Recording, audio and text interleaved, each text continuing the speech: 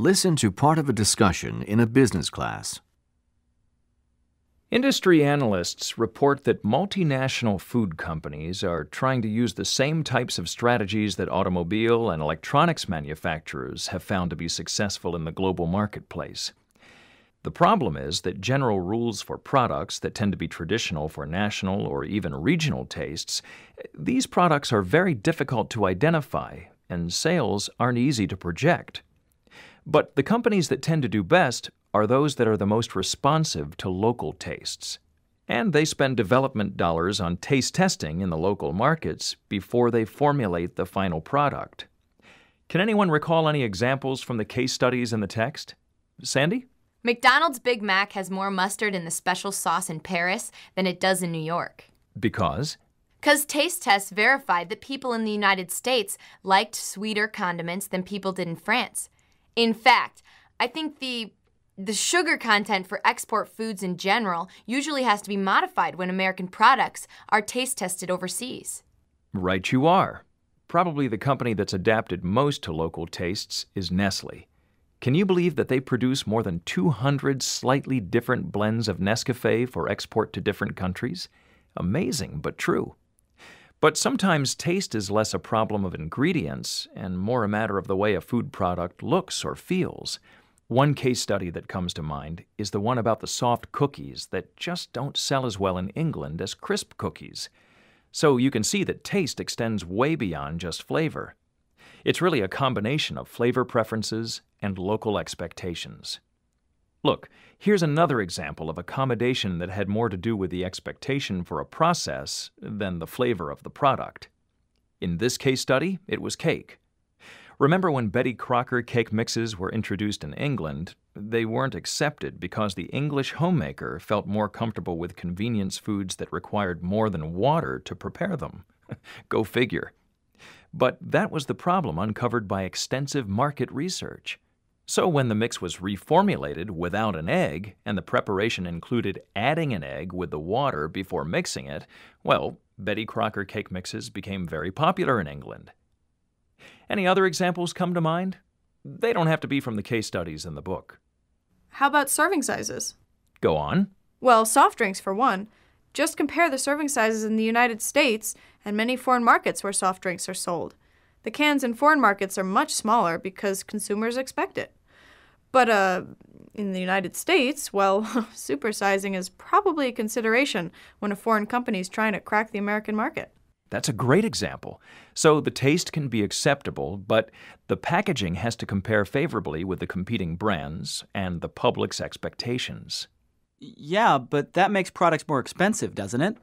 I mean, because you can't standardize the product or the packaging, so that would make it more costly to produce, wouldn't it?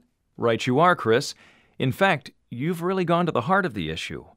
A compromise has to occur between the requirement that products be adapted to please the taste and the expectations of local consumers and the pressure to standardize products for maximum cost effectiveness.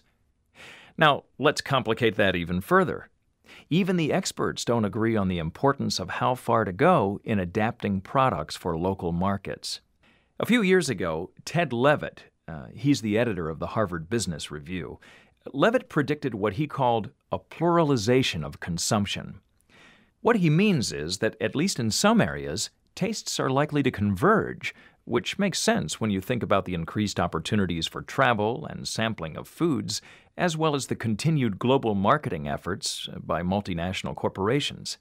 So, logically, it's smarter to simply identify the areas in which tastes are most likely to be the same and concentrate efforts on those food products. But there's also the issue of global marketing. How about the potential to create taste? I mean, selling the image that surrounds using a product. If consumers want to associate themselves with that image, won't they develop a taste for the product that does that for them? For example, there's some evidence that the popularity of products seen in movies and television spills into the foreign marketplace. This subtle brand association with the movie or the celebrities in it translates into high-dollar deals for certain brands to be visibly displayed in widely distributed films. Oh, right. I was reading about that. It was in a couple of the case studies. the bottle, a can, or a package appears as part of the character's persona. And if it's a character that audiences choose to identify with, then the taste for the product may follow, or at least that's what the marketing experts are betting on. And that includes foreign audiences. Anyone drink Starbucks coffee? Well, Starbucks began as a regional coffee in Seattle, Washington, and made the global leap in 2000, opening shops in China, a huge market, surely, but also a traditionally tea-drinking society. So what's the attraction? Starbucks is marketing to the cosmopolitan consumer, the young trendy set looking for a modern image as well as a different taste.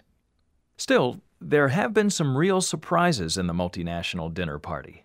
No one has really figured out why the Italians, Germans, and British love Kraft's Philadelphia cream cheese, and the Greeks simply don't buy it.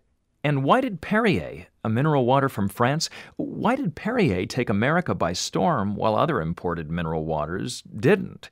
In short, success in the food export industry is probably a combination of the real taste, the flavor of the product, with some adaptation for the local markets, the satisfaction of certain expectations for the preparation and packaging, and the taste for the product created by images in the global marketing plan. Add to this mix the potential for a short shelf life or even perishable products, and, well, you have a very challenging problem for the multinational food industry.